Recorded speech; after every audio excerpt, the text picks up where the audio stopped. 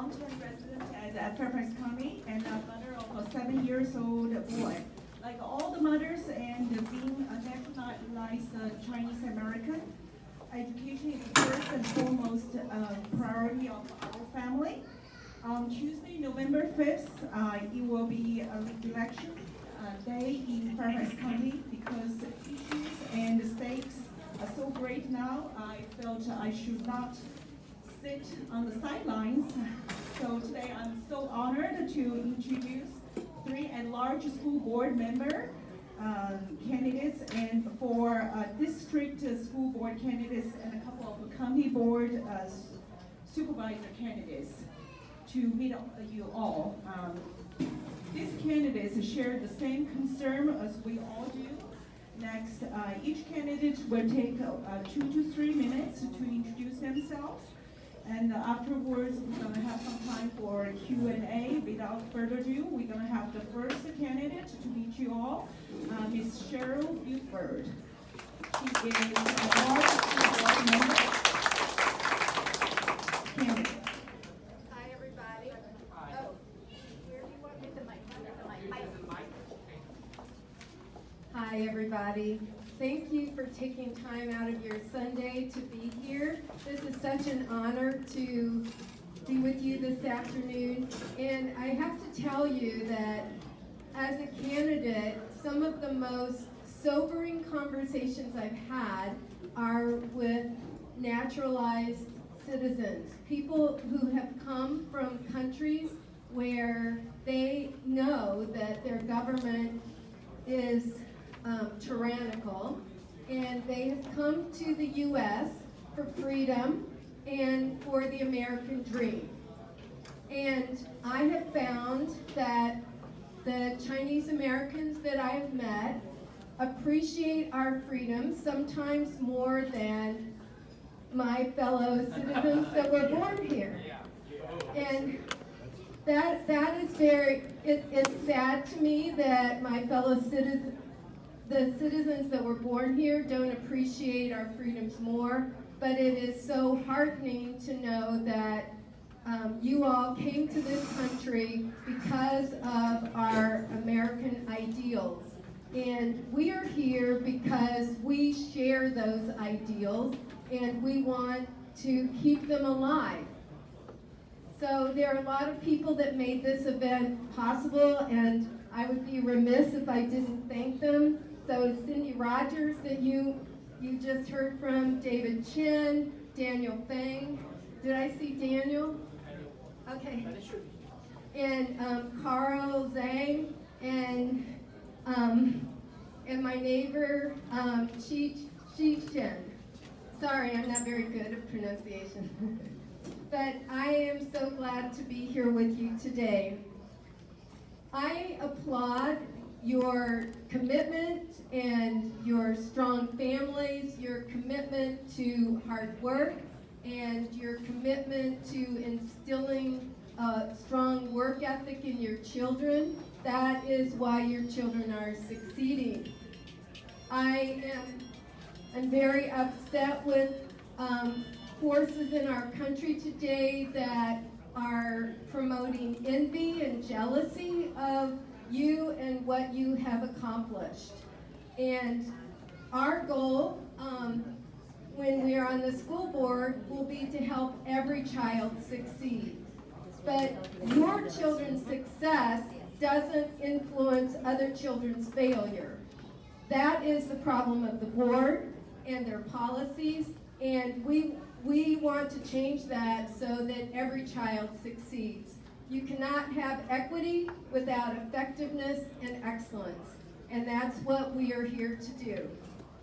So just really quickly, a little bit about my background. Like I said, we all share the same core convictions, but we bring different strengths to this. I started getting involved with Fairfax County Public Schools almost 20 years ago when my son was 6 years old. So both my children have now graduated. They were blessed to be in advanced academics, and my daughter even went to TJ. So I was involved with the various volunteer roles. My last one was to be on the Government Relations Committee at TJ, where I helped secure additional funding from Richmond. In addition to this, and the reason that I feel like my work in the schools isn't over, isn't finished, is because I have extensive background in education and public policy. I'm a former teacher. I worked at the U.S. Department of Education on programs to improve outcomes for at-risk youth. So I work with nonprofit organizations. What you are doing here today to help your own children, we need to replicate across the district, where we have groups that work with children who are struggling. And so this can be a model for other schools as well. So I thank you. I ask for your vote on November 5th. Remember, I will always work for you. I have no other agenda. That's why I'm here. So my name is Cheryl Buford. I ask for your vote on November 5th. Thank you.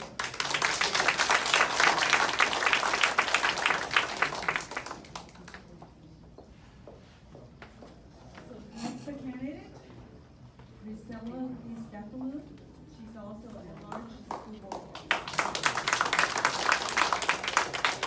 Thank you all so much for having me today. My name is Priscilla DeStefano, and I'm running to be an at-large school board member. A little bit about myself. I was born in Northern Virginia, but I was raised in Fairfax County since I was 2 months old. My mother bought her home in Burke, Virginia, so we could be in a very good school system, Fairfax County. So I went to Terrace Center Elementary School and Robinson Secondary School. One other thing, I am a very, very proud first-generation American. Both my parents came here from El Salvador. And so they instilled in me, or my mother, my single mother, instilled in me that the American dream is alive and well and that you can be anything you want in this country. When I was a senior in high school, I became pregnant with my first son. I was able to transfer to an alternative school in Fairfax County. I received my diploma. I had my son that fall, enrolled in Northern Virginia Community College, and then I graduated from George Mason University in 2012. I've been working ever since I was 15. I'm a true hustler. I work very, very hard. And then recently, a few years ago, I was married, and I now have a second son who is now 3 years old, and he's enrolled in the preschool program at Fairfax County, in the program for special needs, because he has a communication delay, but I know my son will be speaking very, very soon. So why am I standing here before you today, right? I'm very young. I'm only 30 years old. There's a lot of other things I could be doing, right? But my kids are in it. I am in the trenches with you all. I am a young parent, and I am not represented on this school board. Every single year, I have felt further and further removed from my son's education. And we are the primary educators in our children's lives. And this school board has consistently felt that they know better than you and I, and have passed policies and decisions without our engagement, without asking us, and have taken it upon themselves to thrust these policies that they are not impacted by. Because only 2 out of the 12 current school board members actually have children enrolled in Fairfax County Public Schools. That is unacceptable to me. Because when they start opening the policies on boundaries, on school renaming policies, or on purchasing menstrual products for girls in restrooms, $200,000 for that program, they're passing these policies because they don't know what it is to be a parent in Fairfax County any longer. These things are not going to impact our children's education directly, and they think that somehow it will. So we need more representation on the board of someone who shares your values, who knows what it's like to be a parent, and will know truly what the impacts are by every decision made on this school board, and I plan to do that. My first priority is to make education first. Every single policy should be based on education, not some partisan agenda, and also to represent young parents like yourself, because we absolutely need it in Fairfax County, this county that I love and that I don't want to lose. This next election is going to decide for the next 4 years the people that will spend $12 billion of your taxpayer dollars. And if you want it spent on things like menstrual products, on letters on a building, or things of that sort, then those are the people for you. But if you want change, if you want people who are going to focus on academics, focus on what's best for your children and engage you in decisions, then it is time for change. And those people that will bring it in are Cheryl, Vincent, myself, and every single one of the Republican endorsed candidates running this year. My name is Priscilla DeStefano, and I ask for your vote on November 5th.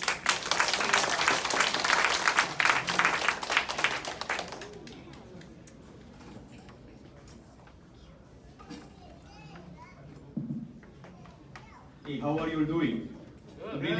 Really glad to be with a lot of Asian people. I'm one of them. And wherever you look at the statistics, it's so funny. They put it all based on races and ethnicity. Like Asian Americans on top, white Americans after that, Hispanic, black, in that order. I'm so tired of hearing this. I'm really so tired of hearing this. If you look at the successful children, successful families, and if you look at the practices they follow, there is no color to it. There are definitely kids from all different ethnic groups who do really well, and they all do the same things. Their parents do the same things. So the first thing that I really wanted to propose is to get rid of this racial, color-based classifications that creates a lot of jealousy, a lot of unnecessary envy and divisions in the community. Asian Americans didn't bring TJ from Asia. We didn't bring Harvard or Yale from Asia. They were all here. So when our kids are doing very well and getting into these programs by hard work or whatever the families are providing them in terms of additional resources, why that has just because we are Asian? Why don't everybody learn from this? We are 20% in this county, 20% of registered voters. Forget about the people on H1s and green cards and all that. 20% of registered voters are Asian American in Fairfax County. 1/5. The Fairfax County school system has a moral obligation to learn from the success of Asian Americans if they consider Asian Americans successful. And that's what we are fighting for. And we had one person, of course, on the other side of the politics, on the school board, and they didn't endorse it, Mr. Moon. You know why? Because Mr. Moon was too moderate for them. So we want representation. We want our voice. We want to tell the rest of the county, this is how we do it. This is how we do it. Look at this school. Have you seen any school board member visiting your school anytime in decades that they were on the school board? They don't know how achievement happens. They don't know how success happens. They have no clue. They think it is in the zip codes. They think it is based on color, ethnicity. It's not true. So we want to work on those best practices that make kids successful in schools. And we want to cherish those best practices, those values. I am aware of the fact that not everybody has the same resources to send children to programs like this or Kumon or Mathanasium to enrich, to supplement their children's education. Then why not we think about incorporating some of the good things that is happening in this kind of establishments into our school system so all kids can benefit without spending the extra money. Okay, and we have a lot to learn from you guys, from the home. I came here one time before, but I was so used to Kumons, the Japanese math program. That's where I send my children. Now, I don't want to take too much of your time. I want to represent you. I will be representing the Asian values. If there is something called that, I don't really believe that. Those values have no color to it. So, I'm an Indian American. I came from India 27 years ago as an international student. I went to University of Nevada, Reno. I have my bachelor's degree in engineering from India. I have a master's degree from University of Nevada, Reno. I worked for Maryland State Highway, Metro Washington Council of Governments, Fannie Mae, Freddie Mac, then running an IT business right now with my wife in Tyson's Corner. I have 2 kids who went through the system. They went through the AAP programs, and especially when my first son was going, I know how much I was struggling. Because a new immigrant, I didn't have the money, but I still understood that he has to go to Kumon to do very well in FCPS schools. So we understand this achievement, whatever we make it happen, it's through such hard work. And both my kids worked hard. They bring the SOL results to class, to home from class, and they say that I got 97% in math, I got 95% in math. Why you want me to work more hard? The SOL. And this is what I told them. SOL doesn't apply in this house. You don't get anywhere just because you're having 95% in SOL, because it's equivalent to only a B+. UVA or any other grade schools will not give you admission because you have SOL scores. So the hard work, the value of hard work, if you don't demand it from children, they don't know that. And that is why I'm advocating for academic rigor and of course fiscal responsibility. We buy good houses, we pay all the taxes, we have to know where this money is going. Mediocre results. From 2000 to 2018, the student enrollment increased only 25%. But our expenses, our operating budget increased 125% in the same period, in 18 years. And if you look at our taxes, our family incomes grew in the same period only 40%. Inflation, 53%. Real estate taxes grew by 176%. So where is this money going? Producing mediocre results. So we need to have a very good oversight on our budgets in Fairfax County. I don't want to take too much of your time. My website, vincentforschoolboard.com. I have all my ideas that I really wanted to bring in. If you read it, I know 100% of you will agree with me what I'm trying to do, because we have the same values. And counting on your support, just like Priscilla said, we have a very good chance this year to take this back. Not just one moon, but 10 members who share the same values that we all share. Okay? So let's fight for this. Thank you so much.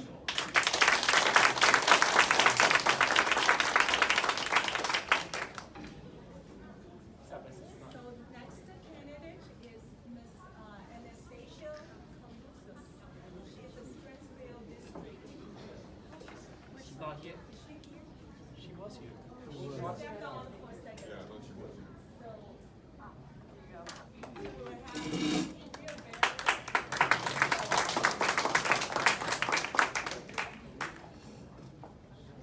Hi, my name is Andrea Bayer. I actually took my SATs in this school. It was a heart-wrenching. My brother was sitting next to me, and he became a brain surgeon, and he would finish everything before me, and I would get frustrated because I was slower. I did not become a brain surgeon. So, yes, I grew up in Falls Church, not the city, but the county portion, and I went to Timber Lane Elementary, Whittier Junior High, and Falls Church High School. I then went to William & Mary for 4 years, came back here for a job, and have raised my family in Providence District. I'm at the western end of Providence now, but Providence is my home. I was born at Fairfax Hospital. This is my home. This is my family's home. I'm a former teacher. I'm now a tutor. I've been going to school board meetings for 20 years. I am very proud, back in 2011 when that book, it was a book about tiger moms, and I never read the book. I never saw the movie, but all of my friends would say to me, Andy, that book is you. That book is you. And yes, I was proud to know that I was a tiger mom, and I'm still a tiger mom. But my oldest is a Black Hawk pilot in the Army. My middle daughter graduated valedictorian from her honors program at Elon University, and she now works for IBM, and she's a published researcher at age 22. So my youngest is a junior at Oakton High School. What I envy the most, and my message to you, I go door knocking. I've been door knocking. I've knocked thousands of doors.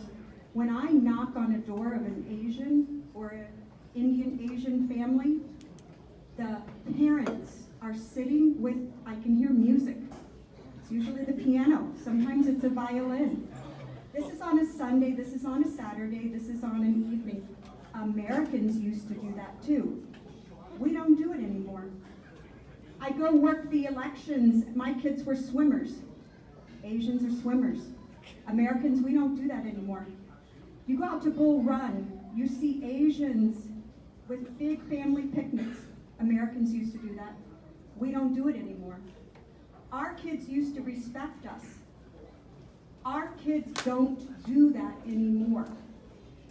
Do not let America cheat you out of the respect that you have in your family. I see it. I see it all the time. You rever your elderly, or older people. Their children, your children know their place. I go door knocking. I've had children jumping up and down, waving their arms in front of their parents' faces, and their parents do nothing. We don't have to go anywhere to see the disobedience, the disrespect, the failing of our grades and our school system. What we do have to do as adults is not be afraid to stand up for what we know is right and be afraid to be called a lot of names. I like the name Tiger Mom. I've been called lots of names. I was born with a very radical facial disfigurement that I didn't have rectified until I was 12 years old. I'm not a victim. Don't let our country's leaders and our country's teachers ever make your culture and lower it to our culture. As Americans, we're fighting. See, there's a few of us fighting to retain our culture. I'm also fighting because, like I said, my daughter's a Black Hawk pilot, while my youngest daughter is being taught socialism, anti-capitalism, anti-Americanism, dumbed down math, no language arts. So it's funny. There are kids who go through ESL, they know grammar, they know phonics. Our kids don't get that. You know our language better than our kids. Something is radically, drastically wrong. I'm here to stand up for it. Like I said, I've been called lots of names in my life. That doesn't bother me. I know that what I have to do is fight for right. I need a lot of people behind me. You have 10 fabulous candidates fighting. We're all fighting for the same thing. Do not give up your culture. Demand the respect that you deserve. Our kids need adults. They need rules, they need authority. They don't need dress codes taken away. They don't need dumbed down academics. And we don't need people telling us what to think or how to think, because we're working, we're doing it right. My kids are successful. I've made mistakes. We all make mistakes. But don't let them tell us that what we're doing is wrong, because I know what we're doing is right. I ask that you look at me, and I'm in the Providence district. Providence goes all the way from Oakton in the west to Seven Corners in the east. It goes up to the Rotunda and Tyson's Corner, and it goes down into Mantua. So it's a big district. It has 18 schools, but it also encompasses 26 other schools. So it's a big district. Take a look at me. I also ask you to look at my opponent. He is everything I am not. He is the polar opposite of me. He is totally owned 100% and operated by the special interests. I despise the fact that we let people on our school board who are owned and operated by the special interests. That's our problem right now. That's where 53% of your tax dollars are going. You're funding every fad that the special interests come down from the UN want in our schools, and they're dumbing our kids down. So I ask that you also not vote for people who only want to launch a political career. None of us are doing that. So we're out for your interests. We respect you. We respect your culture. Definitely not about family. It 100% isn't about faith. And that education is going to be through their lens of one Fairfax, not through what you believe. We have people on the school board like Pat Hines, who has said point blank on camera that if it were up to her, she would scrap advanced academics in favor of something that was more equitable. I have watched in my 8 years on the school board the watering down of the application process for Thomas Jefferson High School for science and technology to be about the humanities, because they don't have the right mix. Whatever their mix is, it's it's an unaccounted, not described for public knowledge mix of diversity that they want. And if you watch what just happened in the Harvard decision, that was a travesty that better make its way to the Supreme Court and but fast, that it is no longer about merit. It is about an agenda of people who seek as elitists to impose their will on you. I was just talking to a person on the way here who does not share my political description. However, he reached out to me because he has talked to the chairman, Karen Corbett Sanders, because he has told her that they are so far left radically that they no longer represent the education needs of the students in Fairfax County, that they are owned by a left agenda, that he cannot support her. That's the problem, is that they are owned by a political agenda that has nothing to do with the well-being and the advancement of academic achievement of students in Fairfax County. And I was happy to have that conversation with him because I don't always agree with you, he said, but I always respect what you have to say. And we are at a point where people have to wake up and understand what is happening on this school board, and if they, in their own self-interest, for their own children, but not just for their own children, but for the betterment of Fairfax County, because they're pushing an agenda that says one Fairfax, that is reshaping the future of Fairfax County in their view, not our view. That's what's going to drive economic development or lack of it. That's what's going to drive taxes. That's what's going to drive your house price. And now it's the discussion about what's going to drive boundaries. They are going to decide for you what the right mix of your school is and decide that if they have to move a boundary, they're going to move it with their agenda in mind. They don't care that you're a small business owner. They don't care that you moved your family to a certain neighborhood. They don't care that you're looking for top rigor for your students, that you want your students to succeed through a vision of an academic curriculum that reflects where you want your children to go. Because they don't believe in that. They want to put your children back into whatever classroom and make the emphasis on who's sitting next to a child, what the color of the skin is of a child sitting next to your child, instead of the quality of the teacher in front of the classroom. Instead of whether or not your child's sitting in a brick and mortar classroom instead of a trailer. There's 27.5 million square feet of infrastructure in Fairfax County that is academic space, and 1.5 million of it is in trailers. For year after year, term after term, decade after decade, one party has had total domination, complete total domination of the school board.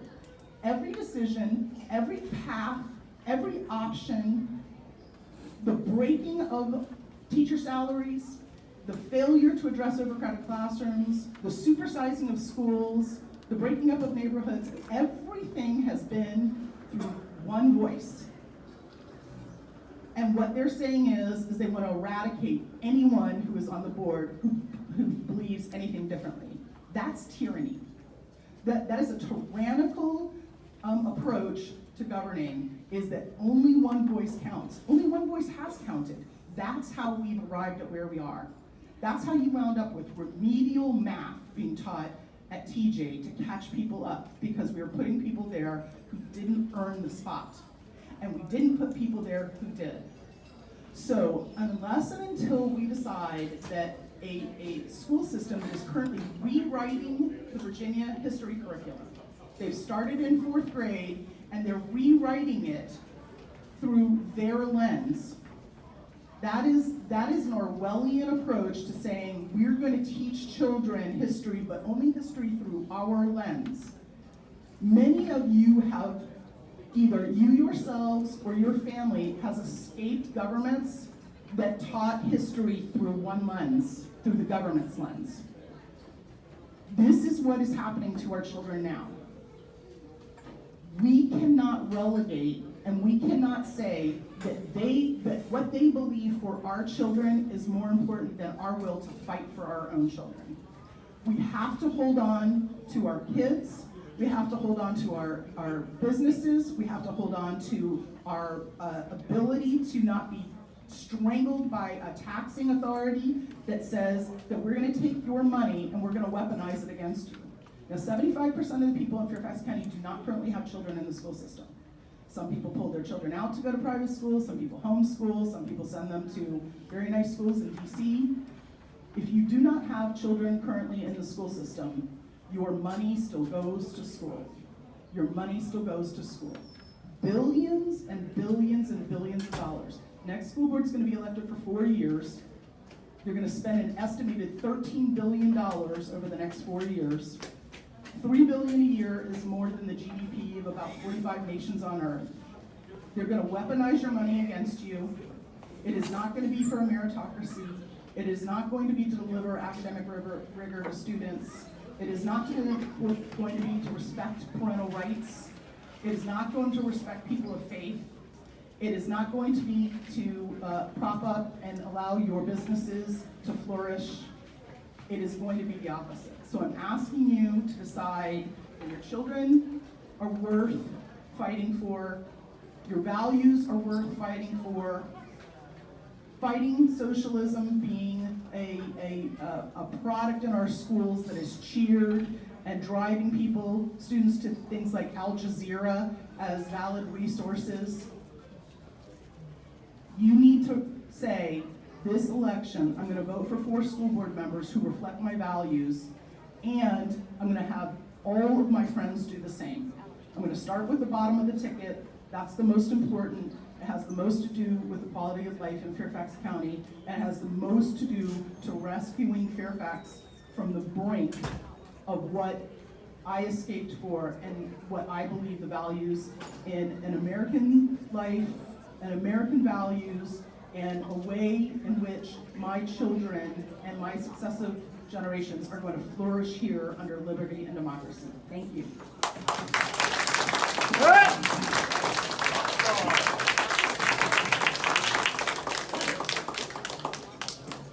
Can I just add one more point? Mrs. Charles is currently a school board member, and she's representing us from the Springfield district, and she is our hero. And she's fighting for our education every day. Thank you.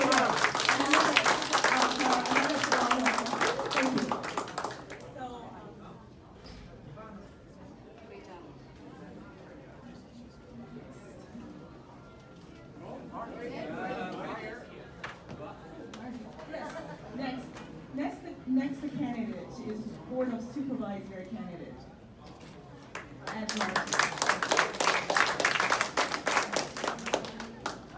Good afternoon. Raise your hand if you like where you live. Where you live. If you like your home, your neighborhood.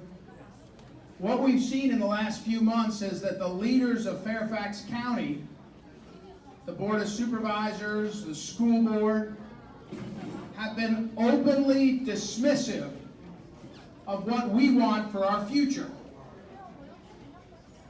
They've said that they'll decide in secret meetings with secret motivations where to bus our kids, where to change our neighborhood schools from one group of people that like living and working together to others that they decide based on their vision of social and racial equity. There's a lot of smart students in this building coming in and out that got projects here. They would tell you that if you get to define the words, you've got all the power. Social and racial equity. Not what you want for your kids, but what they want for their future. My name is Ed Martin, and I'm running for the Drainsville supervisor position to be on the Board of Supervisors that manages all of our county's government. Drainsville District is McLean, Great Falls, Drainsville, and part of Herndon. And I'll represent that group of people, and I'll do it well, as I love where I live. I love my family. I have 4 kids, a wife who's a geriatrics physician. We have a great dog that I'd like to give away now if I can, because she just peed all over the, well, never mind. I'll represent my constituents, and if you live there, I want to ask for your vote. But I'm asking for you to help me get on the Board of Supervisors, because the Board of Supervisors is out of control. They're not, thank you. They're not just coming up with a list of one Fairfax, names they come up with, things that they want to do, but they're spending our money. 1 week ago today, the Board of Supervisors put an ad in the paper, and they said, we just realized we have $2.5 billion left over, and this is public notice that we're going to spend $2.5 billion in this year's budget. On what? They didn't tell us what's in the budget for extra $2.5 billion. You know what they're not spending it on? Classrooms instead of trailers, law enforcement instead of lawlessness. We have gang problems in the west of the county. We have problems with developers doing things in our communities that we don't recognize, they don't tell us. And we have a Fairfax County Board of Supervisors that wants you all to look the other way. Well, you can tell in this country right now, whether it's in Washington or in Fairfax or in Richmond. We're going to hear from Gary Pan in a minute, who's running for delegate, who we need in Richmond. We need him really badly. Businessman, scout leader, not a politician. We need more people. Wherever it is in this country, what you're seeing is the elites are trying to tell you how to live. They're saying your parents, your parenting doesn't matter because they're in charge. Your kids aren't your property, they're their property. That's what they're telling you. They'll pick the curriculum, they'll pick the gender of the bathroom, they'll picture where they can bus your kids. And if you think it's just in other places, I'm telling you right now, it's come home to roost. It's right here in Fairfax County. 4 weeks from Tuesday, you have a chance.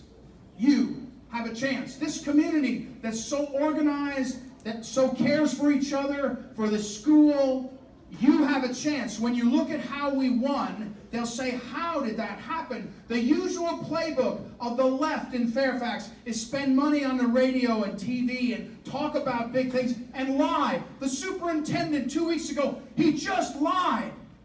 He did a video and he lied to you. Do you know he lied?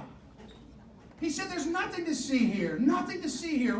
We don't mean you to think we're redistricting. We sat in a meeting and said we'll bus your kids from this school to Herndon. That's what they said. And he lied to you. You know what? He's a staff, he's an employee. He's lying for his bosses on the school board. That's what he's doing, because they're scared. Electioneering. They're scared. So 4 weeks from Tuesday, you have a chance. David, all you folks, the election is all about turnout. If you get your friends and neighbors to turn out and vote for these good candidates, and vote if you live in my district and others, then we'll have a chance. We'll have a fighting chance. And the only thing I can tell you right here, right now, is if you work that hard, if you give us a chance, if you give me, Ed Martin, a chance, I'll fight for you. I'll fight against them. I'll fight for the future of Fairfax, and so will these other folks that I've seen. But here's the thing. 4 weeks from Tuesday, if you don't do it, they will take it as your approval, and you will recognize Fairfax in 4 short years. The Board of Supervisors will spend your money like crazy on terrible things. The school board will continue the trend, and you will be looking at how well you can find neighborhoods and communities in Loudoun County. Write it down if you don't do it. So that's what's at stake. If you don't live in my district and you want to help, you can go to the websites, voteedmartin.com, but help these candidates. 4 weeks from Tuesday, it's our chance. So thank you for everything you do for our community, but I'm asking you very specifically, step up for us in the next 4 weeks and get out the vote. Tell your friends, tell your neighbors over and over again. It's our chance. All the right pieces are in place, all the right candidates, but we have to do it this time. Thanks very much. I'm Ed Martin, running for Drain. So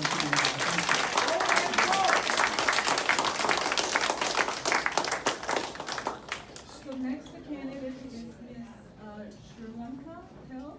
She is from the Sully District, Supervised Board.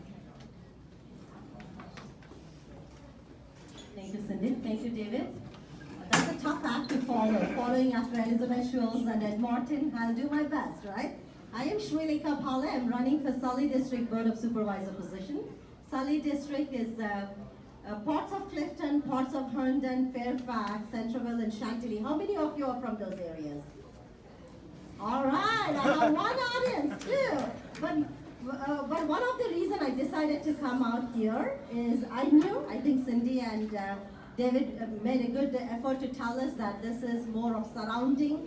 But one of the reasons I came out is to make sure I support my own people. But also I say that every person in here will either have a stake in whatever happens in Fairfax County, regardless of the magisterial district you live in, and also will have a friend or a supporter that lives in the Sully district that I'm running, right? Like Ed Martin said, I'm going to just talk a little bit about school board because school board members have talked a little bit. I'll go back to what Elizabeth Schultz briefly mentioned about Harvard. How many of you are aware of Harvard? What happened in Harvard? Nobody? Harvard, come on! Yeah, come on, everybody should be. So if I have to just sum it up, Harvard University basically said that there was a case that Asian Americans should be very well represented in Harvard, but Harvard came back and said there is no bias and Asian Americans are admitted the way they are admitted. But the root cause of it as a bottom line, if I have to just cut to the chase, they said that Asian Americans do not have personal traits like every other American would have in order to be admitted into Harvard University. So reading that, it just totally bothered me. I think bottom line is if we don't have school boards or supervisor boards that are representative of Asian Americans, whoever is saying up there, saying that these are the personal traits that need to be had in order to get these students admitted, will have no representation. So bottom line is we need to be represented in school boards, we need to be represented in board of supervisor, we need to be represented in governing board, we need to be represented as part of advisory counseling in Harvard to understand what those personal traits mean. Does that make sense at all? So the reason I say that is it has to start right from here. There is no way we will not be represented in school boards. There is no way Asian Americans will not be represented in the Board of Supervisors. There is no way we will not be represented in all of these boards because Asian American children will continue to suffer. So I'm an Asian American by background. I'm extremely passionate that if there is 20% or 25% of Asian Americans, there should be 20 to 25% of representation in order for us and our values to be represented, period, end of the story. So that's why I'm asking for your vote. And a couple more things. Who is sick and tired of traffic in Fairfax County? Raise your hand. Raise your hand. Raise your hand. Do you feel the current board is doing enough in order to make sure our toll, right? So high density. Recently I attended a land committee meeting where they were talking about Westfields and Route 28 high density development. When I posed a question just like an audience or a constituent that live in Sully district saying that high density development is great, but are these high density developers, do they have a stake or do they understand that them building 300 townhouses here will affect our traffic flow? Are they contributing to our roads? Do they understand that this will affect our schools because we'll have 300 more children? Do they understand that this requires more police officers on the road? None of the land use committee folks had any answers to that. That is what currently is happening in Board of Supervisors. They make these decisions with high density developers, not understanding the comprehensive traffic plan or not understanding the comprehensive tax plan that results in excessive traffic. And that has to stop. Density development is great, but if it is not synchronized with infrastructure, we will be sitting on Route 66, we will be sitting on these highways, paying $43, $36 surge tolls, endlessly spoiling our quality of life. Do you guys all agree with that? So we cannot let that continue to happen. One of my pet peeves, has everybody heard about sanctuary policy? Everybody, no one? Sanctuary policy? Sanctuary policy is in effect right now in Fairfax County. Sanctuary policy means that Custom Enforcement Border cannot do anything about an illegal immigrant committing a crime. That has happened in Montgomery County, and you're seeing detrimental effects. I, as a Board of Supervisor, I will stand by what I'm saying right now, that we will not be a sanctuary city if I'm elected as part of Sully District. I will be a voice for every responsible parent that wants to get their kids home safe and keep our community safer. So no more high taxes. We can't continue to afford to pay high taxes. We want to keep our city safe. We want to make sure our school is represented by these well-renowned people right here, so we protect our students' academic rigor. And we also want to make sure all Asian Americans, such as your values, are represented in school board and board of supervisor. That's why I asked for your vote. Although nobody lives in Sully District, I hope you'll take my message and pass it on to everybody that lives in Sully District. Again, I'm Sri Kapal, an immigrant that has been living here for 20 years, an Indian, an Asian, and I have 2 kids in Fairfax County Public Schools myself, and I'm a part of a PTA association in one of the schools, and I conduct a lot of enrichment activities in the elementary school where my daughter goes to. So I value education, and I do not want the country to dumb down our education. Thank you very much. God bless you all, and God bless America. Thank you very much. Drainville District represents McLean, Great Falls, and Herndon. So hopefully if you're in my district, you can vote for me. My name is Anastasia Carlutsos. I'm the mother of 4 current FCPS students. My oldest is a freshman at Langley. I have a 7th grader at Cooper, and I have a 5th grader and a 1st grader at Churchill. And I'm running because as a parent, I feel that the school district is going in the wrong direction. And I really believe that as parents, we need to voice our concern and we need to stand up and speak up. Elizabeth Schultz and Tom Wilson are the only 2 school board members that have children currently in FCPS. And we are fighting for all children. I think that as a parent, I have the skin in the game. Whatever policies I vote on will be affecting my children and your children. And I think that that brings great value because we really need to stand up and speak up. My policy is the ABCs, academics. Our job as a school board is to make sure that all children are receiving the academics to help them succeed at any level. We have children learning at all different levels, and we need to make sure that we're accommodating all of them and giving them the resources and supporting our teachers. The way children learn is by having qualified teachers teaching and making sure that all children are succeeding. The next is budget. We need to be more fiscally responsible. We have a $3 billion budget, and we need to make sure that the programs that we value are getting funded and not wasting money. And a lot of you might have heard the policy with regards to changing school names. You know, they changed Jeb Stewart to Justice. It cost almost $1 million, and they have 32 more schools that they're proposing to change the name. And the policy, they want to have limited input from the community, and even when the community did advocate against changing the name, they still didn't listen to us as parents. And I think that we need to be investing our funds into the classroom and not in the names of the building. We have over 800 trailers right now. That's 22,000 kids learning in unsafe trailers right now. We need to get all the kids into classrooms, into small class sizes as well. And that's another thing. We have AAP kids with 36 kids in a classroom. And that's unacceptable. Our kids deserve better. The third thing is community schools. I want all our children to learn within our community. There's no reason to be taking our kids and busing them just because the school district thinks that we need to be using socioeconomics and race to help diversify schools. I believe our schools are quite diverse and that we need to focus on bringing the resources to the kids where they live in their community. I also believe that Our communities have a role to play in this. You know, we need to get our nonprofits involved. We need to get our ethnic communities involved and help mentor and help provide internships. That's how kids succeed. And being able to make sure that all the kids have access to tutoring, right? That they all have access to resources that we want all the children to succeed. Last and not least is safety. School safety is a priority for me. My background is actually in school safety. I was the first school subcommittee chair on the Southeastern Pennsylvania Counterterrorism Task Force. After 9/11, I worked at the School District of Philadelphia, which is the 4th largest school district in America, and I said, you know what? We need to be at the table. They want to make decisions for us, but there's nobody advocating for schools.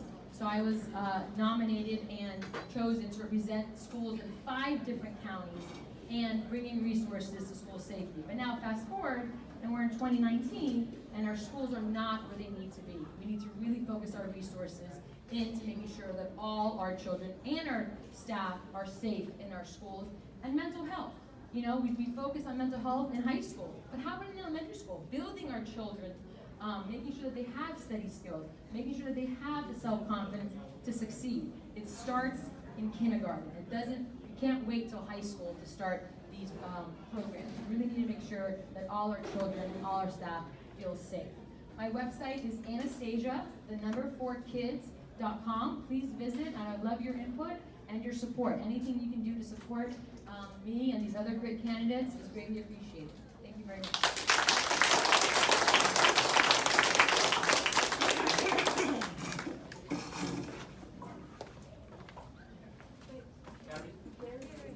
So the next candidate is Gary Payne. Virginia House of Delegates representing Great Falls, Northern Vienna, Western McLean, Eastern Stars. Great, thank you very much. And I'm going to speak in English just so that my friends over here in the front can understand, okay? My name is Gary Pan. My name is Gary Pan, and I am running for the 34th District of the House of Delegates. And I'm running to fight for our future. I'm running to fight for a voice for our community. It's been too long that Northern Virginia has been totally neglected by the Commonwealth. We send money down to Richmond, and we get only a portion of it back. Let me tell you a little bit about myself. So, my parents, they came here from China to escape communism. I've actually been very fortunate. I've actually lived the American dream. Part of that dream was I grew up outside of Boston, and I went to Chinese school. That was part of my dream, right? And I'll tell you what, I try to climb out the window, try to go out the door all the time. I remember going for my 45-minute drive to Chinese school and doing my homework in the car on the way there. Your kids never do that, right? Asians don't participate. I hope that I can get to Harvard based upon my credentials. So let me tell you what, my campaign has knocked on about 10,000 doors already. I personally have knocked on about 2,000 doors, and I've learned a lot about our district. And it's very, very diverse. How many people live in one of these areas? Okay, great. So hopefully I'll knock on one of your doors soon, okay? A lot of the things that people are worried about and that I'm planning on focusing on down in Richmond include we need to keep our taxes low. We need to prioritize. We can't always spend on everything that just pops up and is flashy. We need to make sure that we have a vibrant economy in regards to jobs. Some people say, you know what, Gary? The unemployment rate is so low right now. Why are you worried about that? They say, Gary, Amazon's moving to this area. Why are you worried about this? The responsibility of the people down in Richmond is to think about the future, not about what's in the past or right in front of us. They have to think about the future. Part of that future has to involves making sure that we have a couple key fundamentals down. Education, we've talked a lot about that. You know, I agree, it's all about academics, achievement, advancement. I also throw in affordability as well. I think that we need to make sure that we don't get caught up in this social engineering stuff, that we actually have a system of merit. Another area that's really important has to do with transportation. Who likes paying high tolls? Anyone? Okay. Anyone here ever been caught in traffic recently? Yeah, okay. So I'm going to tell you a little story about what happened to me recently. 2 weeks ago, I was driving on Georgetown Pike, which is right, just north of here. And I got hit by a car. A car jumped over the double yellow line, and I almost had a head-on collision. The cars hit each other, the side mirrors were smashed. We turned around and I talked to the person who was driving the other car, and she says, well, I'm not from around here, I'm from Ashburn. Nothing against Ashburn, okay? She says, I've never been on this road before, but I'm trying to go to Maryland, and I wanted to avoid the toll, so I just cut through Georgetown Pike. And I'm like, this is a windy road, this is really dangerous. This is something that I'm very concerned about. We have high tolls, we have issues in regards to the quality of our roads, but also we have dangerous cut-through traffic that I see it all the time throughout our neighborhoods, and you probably see it as well. We need to do something about that. In addition, I think that we need to focus on public health and safety. There's a lot of dark things that people don't like to talk about. We're hearing a lot about the opioid crisis. We need to focus more attention on that. Human trafficking. Definitely people don't like to talk about that, but it's huge in this area, and I've met some parents that have been personally impacted by that, and we need to address this. In addition, I think Ed was talking about it in regards to gang infiltration, a major concern, right? This all blends into the quality of our life as well as the quality of the life for our kids. Lastly, I think that we need to focus a lot of more attention on mental health. And I'm talking about at all levels. We have a serious issue there. I've met with many families that feel abandoned because their kids are not getting the support that they need. And I think that we need to do some more research there and support these families. Lastly, the environment.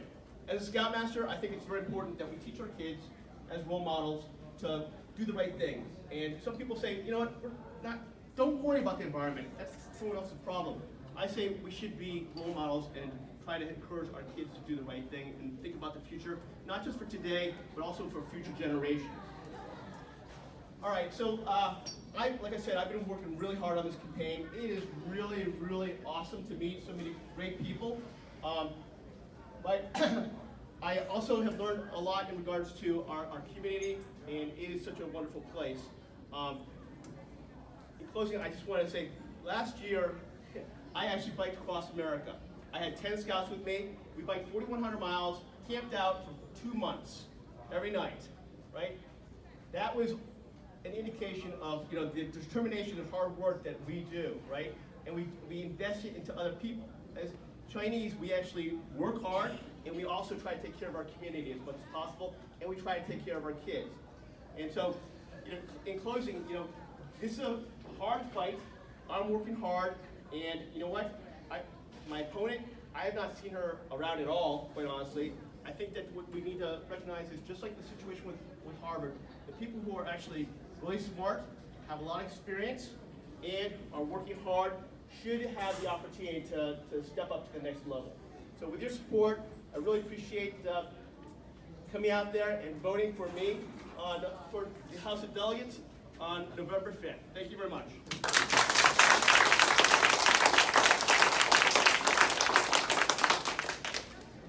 So the next session is Q&A, and we have already collected some questions from the communities. So we would like our candidates to answer them. The first question, the current school board proposed this new vision called Warm Fairfax. What's your opinion about large-scale rezoning of a school district, the criteria of setting school district boundaries in such a manner, possibly leading to busing and bus out situation? Each candidate.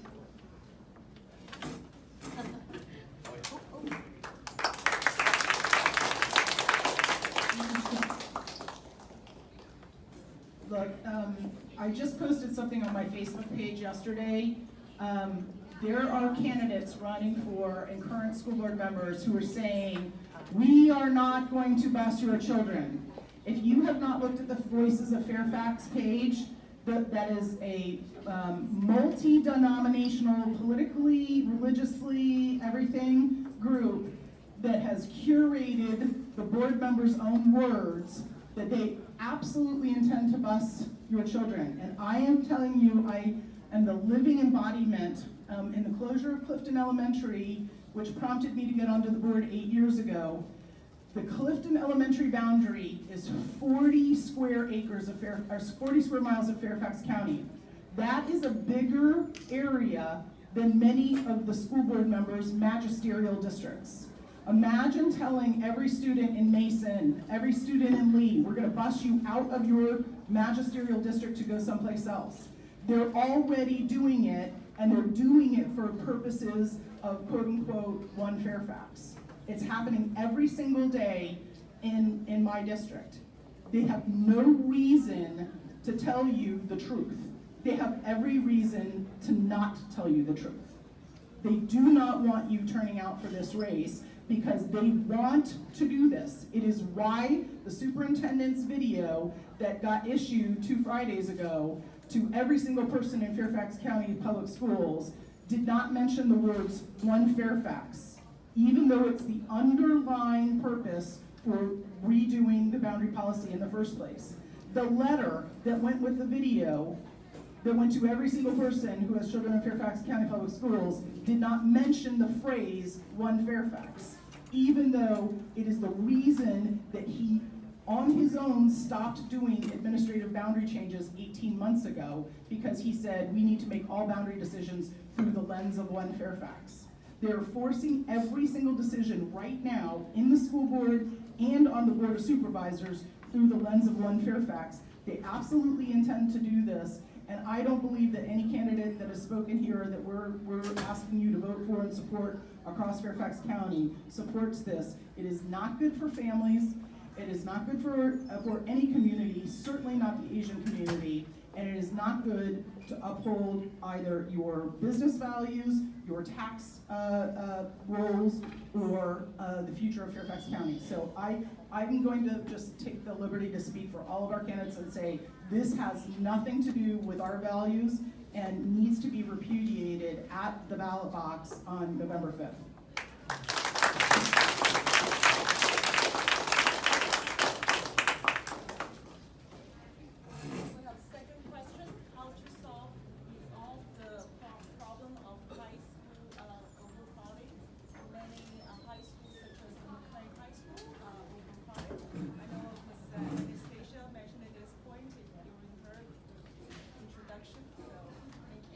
Well, McLean High School is in my district, and I honestly feel horrible for the parents and the students at McLean High School because they've been neglected. Janie Strauss has been our, because I'm in the district as well, our representative for 27 years.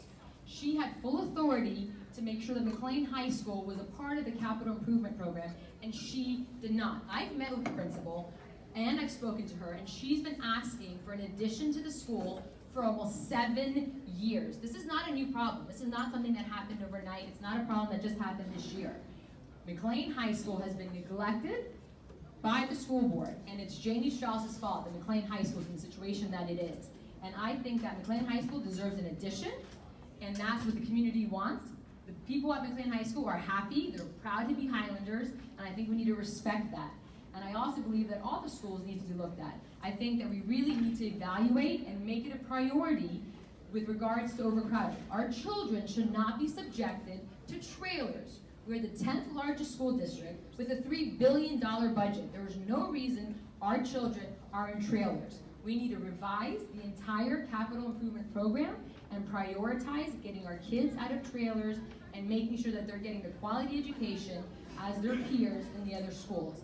I also believe, specifically with McLean High School, we really need to evaluate the safety. I mean, no one's talking about it. The principal thinks it's a big concern, and yet no one's addressing it. I propose we need to have another security officer protecting those trailers. There's 18 trailers right now, 500 students a day, and staff are in those trailers without the protection that they deserve. So I stand before you advocating, and I promise that McLean High School is a priority to make sure we address the overcrowding and a long-term approach, not this Band-Aid approach of let's move some students, because that's not going to help McLean High School long-term. That's going to only help a few students. Even if we move some students to Langley High School, they only have about 250 spots available at Langley. There's 500 kids over capacity at McLean. So some students will be able to go to Langley, but not the other ones. And then within a year or two, McLean High School is still going to be over capacity, and yet they're going to drop in priority because they're not going to be as overcrowded, so they're not going to be high enough on the list to get a renovation. And that is wrong. You are actually hurting the students that are currently in elementary school and middle school that are a feeder into McLean. We need to stop playing games with our children and make sure that McLean High School gets the addition they deserve. Can I also answer that question? Can I? Let him get through the questions, Anne. Please. Actually, the next question is also very similar.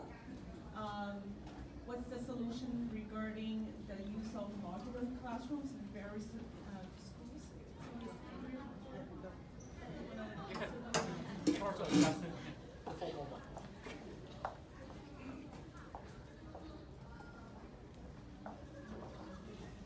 So we've heard a lot about McLean, but there are a lot of schools that are way overcrowded. My daughter's at Oakton High School right now, and they have 40 trailers. And there's one door that the kids go out, and there's one door that the kids come in. And so you talk about a major security risk, and it's enclosed in the tennis courts. So you talk about trailers. My daughter will spend all 4 of her years at Oakton in trailers. The school at the end of our road was redone about a decade ago and immediately had 4 trailers.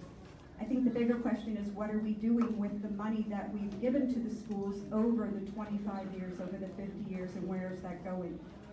So modulars are counted in capacity. So when you look at the CIP, you don't even know how many modulars are there because they're counted in capacity. And trailers aren't modulars. So modulars are not your brick and mortar building, and so you kind of hide capacity numbers when you talk about modulars, and I don't see that as a real solution.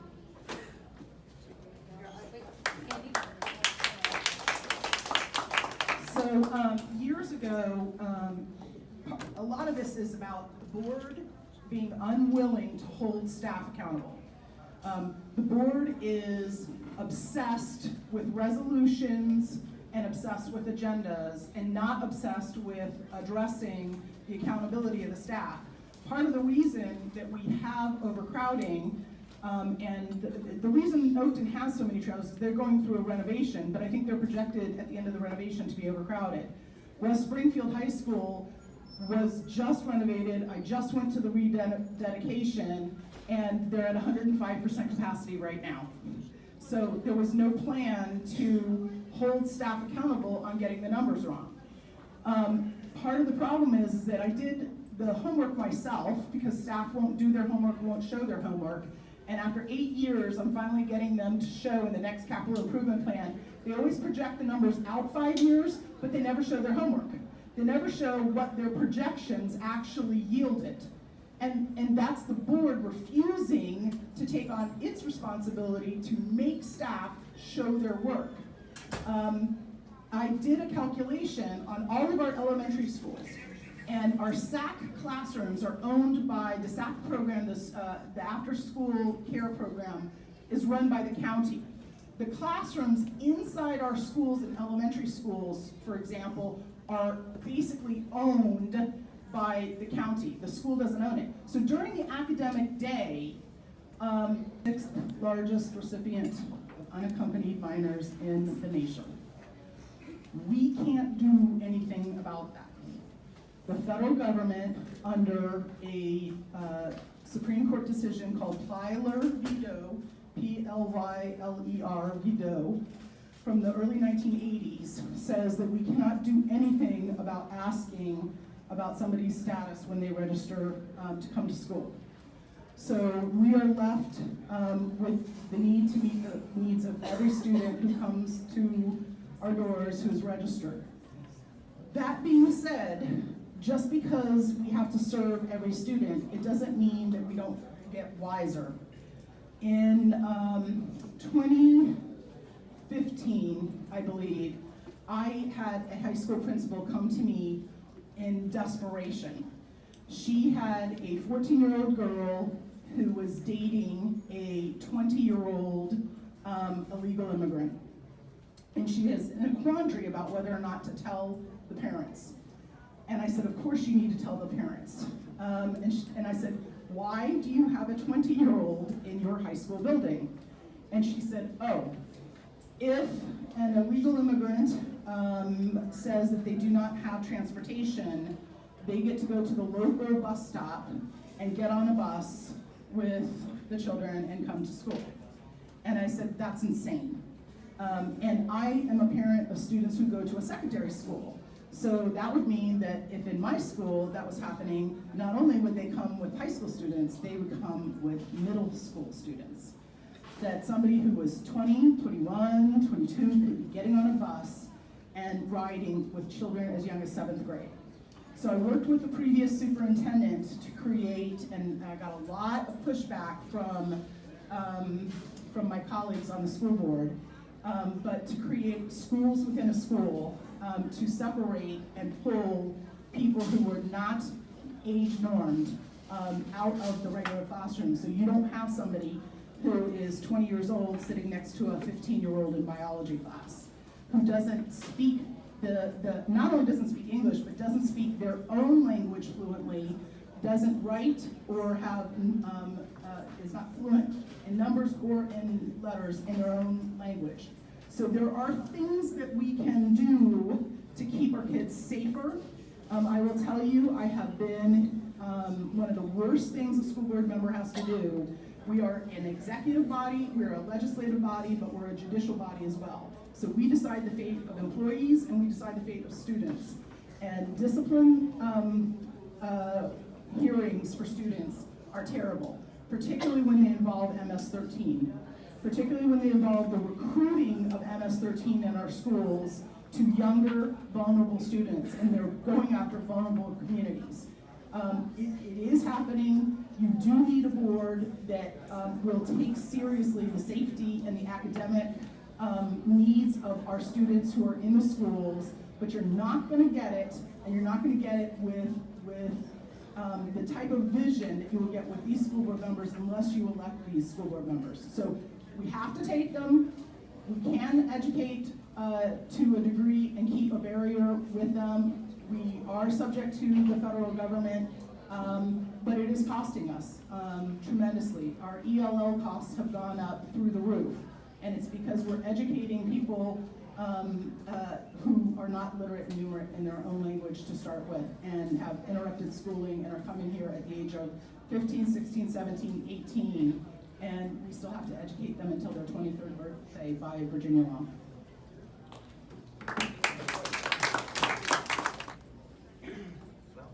Thank you for the candidate come to our Chinese school to talk to us. So we really appreciate you listen to us. I have one request.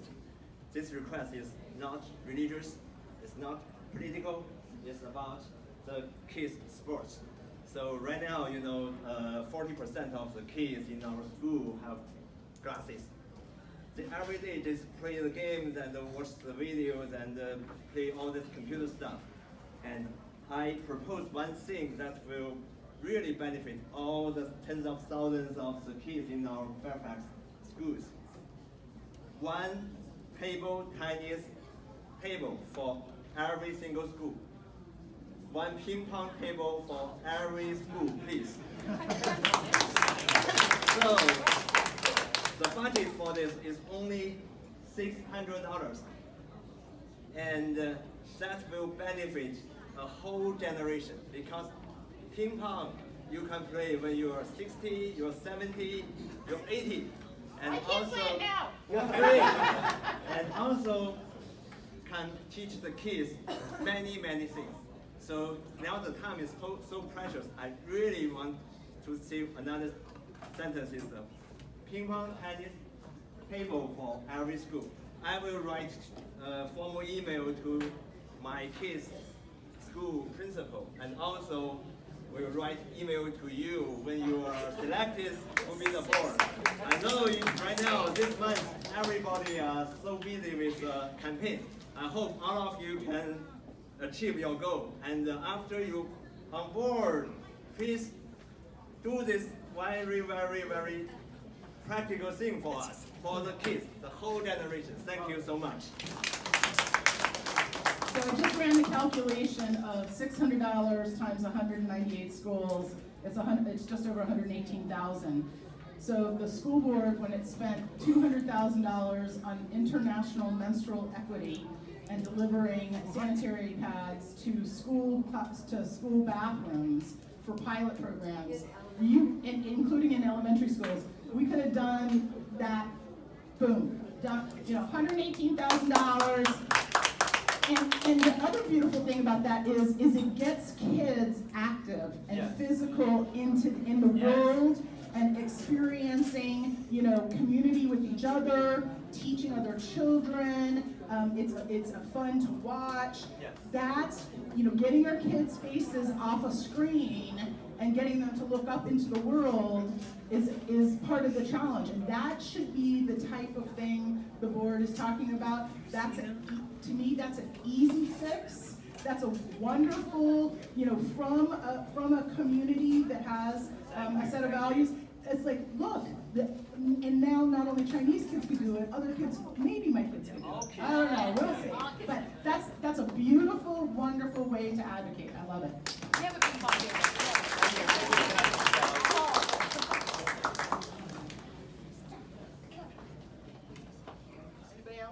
Anybody else?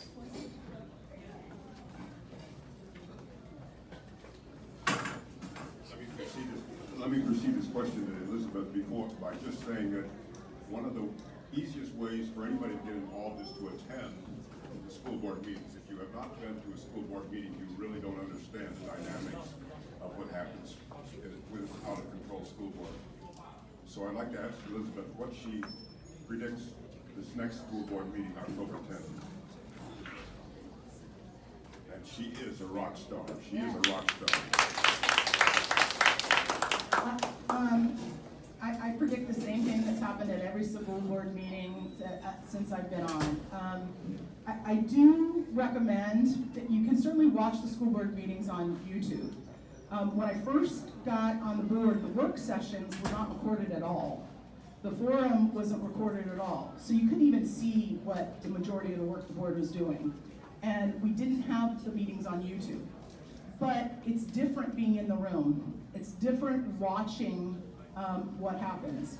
There's going to be resolutions in October that are designed specifically to call out Mr. Wilson and myself to make us vote on our values.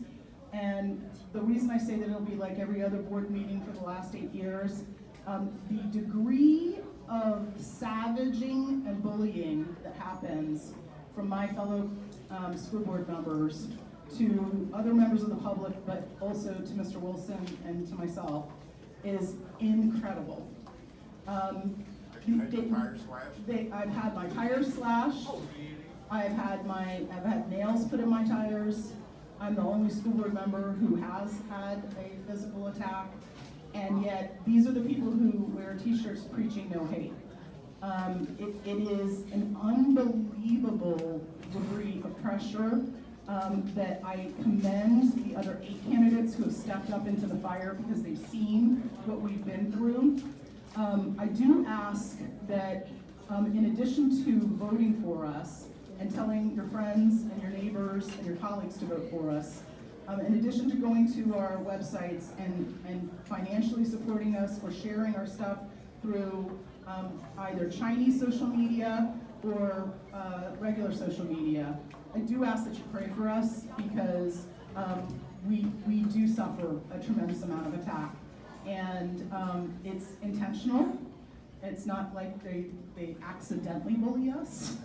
And I think it's something that happens unfortunately in the view of children, and so it gets repeated in our schools. And then conservative children are bullied in school by their teachers, by students, by administration, and the culture of fear that is built in not standing for your values and not standing for what you believe in, and allowing a student to write a paper on something or from a position or an idea that they believe in is something that is going to suppress future generations from speaking up. And if you watch what's happening in Hong Kong right now, and that that police could shoot a child in the chest, or beat young people who are seeking liberty for themselves, it's happening in our schools right now. I'm begging you to allow our children to live under the blanket of freedom that you want to live under.